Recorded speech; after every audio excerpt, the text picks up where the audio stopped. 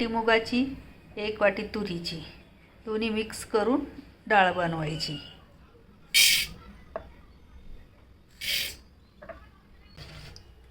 डाळ शिजायला ठेवली.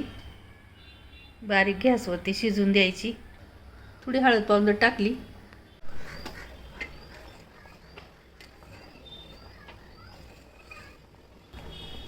डाळीच्या वरती जो फेस येतो ना तो काढून घ्यायचा.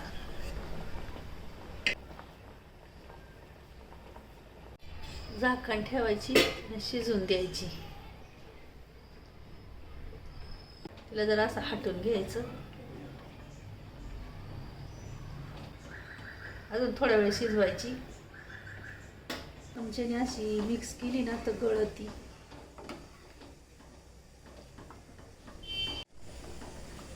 डाळ शिजली चांगली.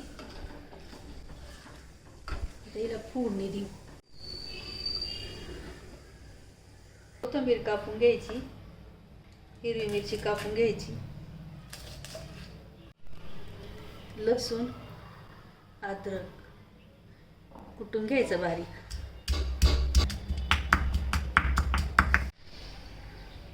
तेल घालून घेऊ. मोहरी घालून घेऊ. 1 चमचा जिरं घालायचं. कांदा घालायचा.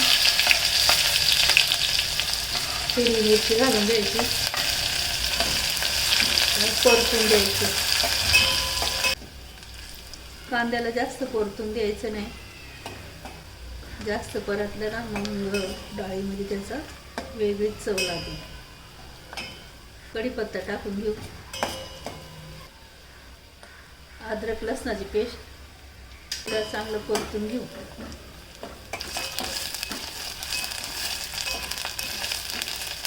कोथिंबीर घालून घेऊ.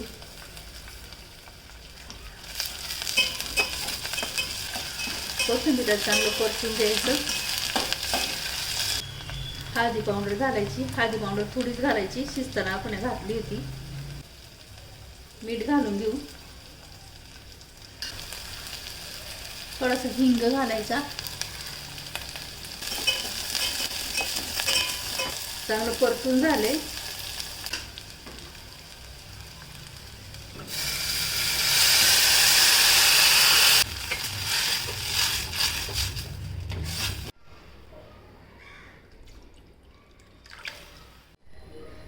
मीठ घालून घेऊ अजून थोडं. तूप घ्यायचं. 2 मिरच्या टाकायच्या. गॅसावरून तडका द्यायचा.